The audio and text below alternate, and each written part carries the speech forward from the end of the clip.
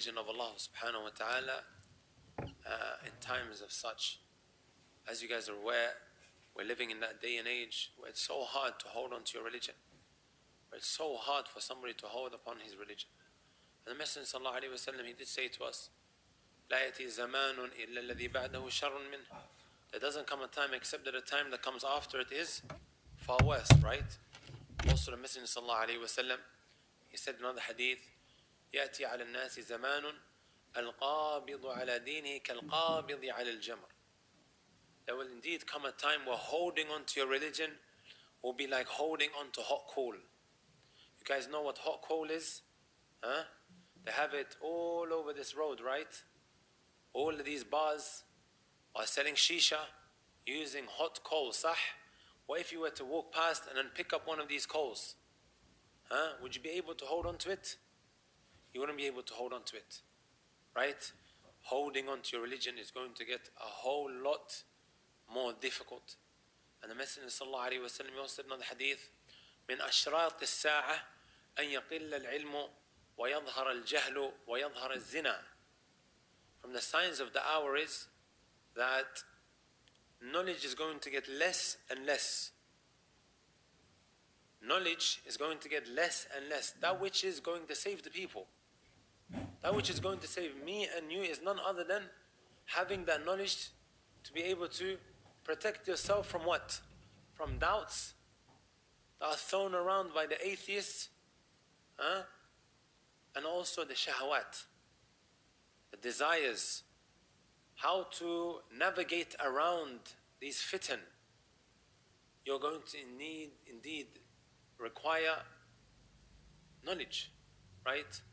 And also the Messenger ﷺ said, ignorance is going to become so widespread. Ignorance is going to become so widespread.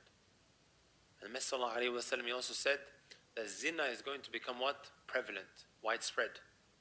We all know what zina means, right? Huh?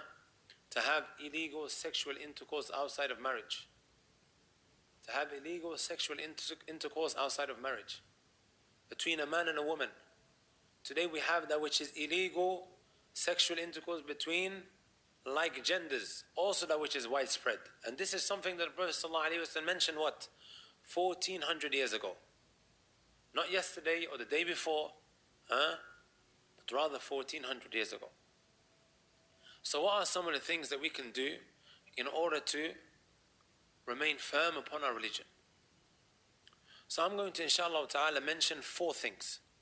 The 4 things that I want you guys to really focus on. And you do this even if you feel like that your life is spiraling out of control. Number 1, no matter what is happening in your life, I don't want you guys to leave of any of this. Even if you become a drug dealer, even if you are someone who has engaged in haram relationships with those who are not lawful for him. Sometimes from the traps of the shaitan is what? You're doing X, Y, and Z. It's hypocritical to go and now what? Enter into the masjid. Doesn't the shaitan whisper this sometimes, guys? You've just done X, Y, and Z. You're very dirty at the moment. Don't go into the masjid. That's hypocritical. This is from the traps of the shaitan. This is a clear trap of the shaitan. اعلموا هذا. Know this. Are you guys with me? Know this is a trap from the shaitan. Number 1 is what? As-salah. As-salah, as-salah. وَمَا مَلَكَتْ أَيْمَانُكُمْ, as the Prophet ﷺ said, as he was on his deathbed, departing this world. No matter what is happening in your lives, guys, don't ever leave of the salah. So what was the first thing? Salah. Second thing is changing your environment. It's changing your environment. Guys, we have to learn to say no.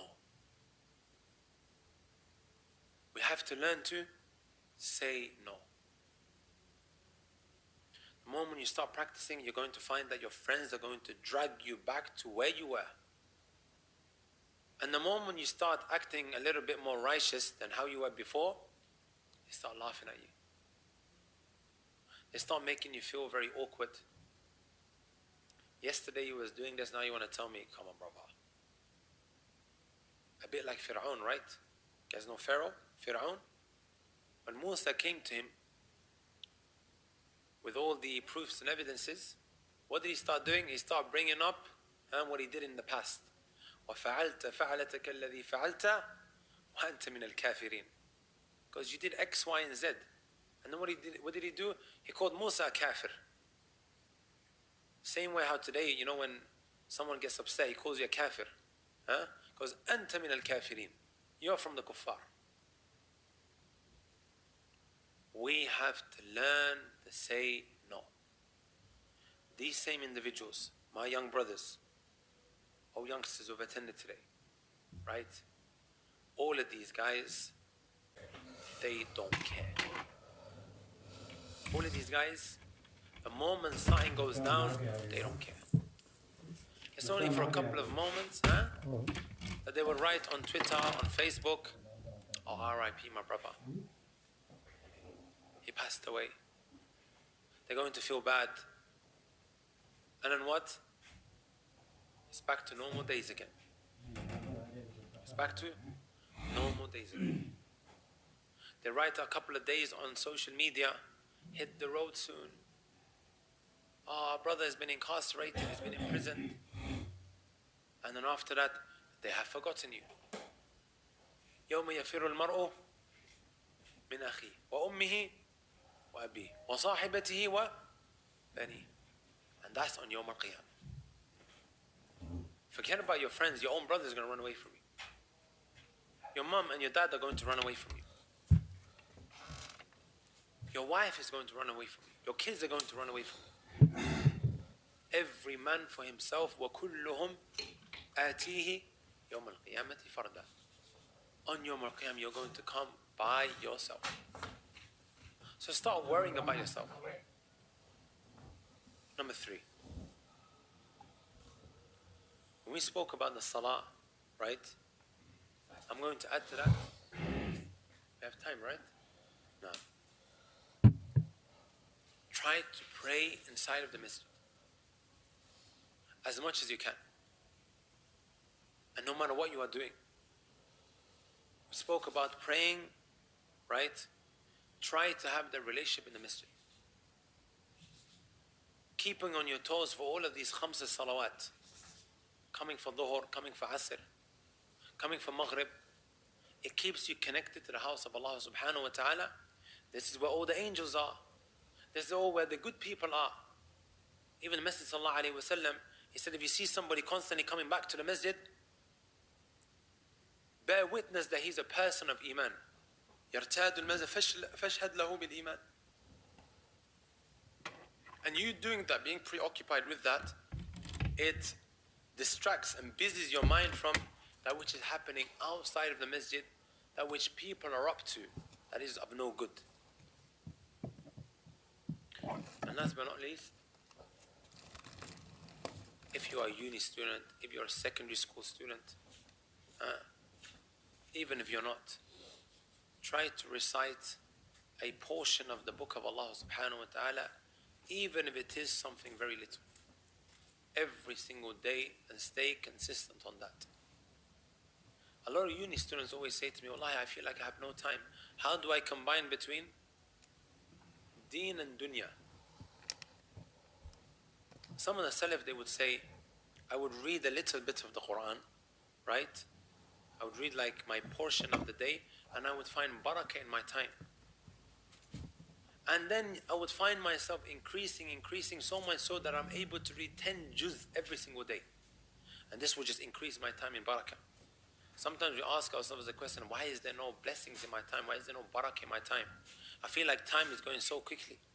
Yes, time is going to be a punishment for you if you're not using it properly. Is it really difficult, guys, moving from one class to the next? Moving from one class to the next. While you are at uni and you read قُلْ أَعُوذُ بِرَبِّ الْفَلَقِ قُلْ أَعُوذُ بِرَبِّ النَّاسِ قُلْ هُوَ اللَّهُ أَحَدٌ إِذَا جَاءَ نَصْرُ اللَّهِ وَالْفَتْحُ تبت يدا أبي لهب وتب. قل يا أيها الكافرون. The small surahs that every single one of us have memorized. And this is من أعظم أسباب إيش؟ الاستقامة. From the greatest of forms of being what? Inshallah ta'ala, steadfast, away from what? That which is going to mislead every single one of us. If you do these 4 things, and there's so many things that can be mentioned, my younger brothers and sisters, أبشر inshallah ta'ala bil khair. You will see yourself bi'idhnillahi ta'ala upon steadfastness, and a lot of good will come your way. And a lot of good will come your way. And don't think that all of this hard work that you put in trying to remain steadfast is not being noticed by Allah subhanahu wa ta'ala.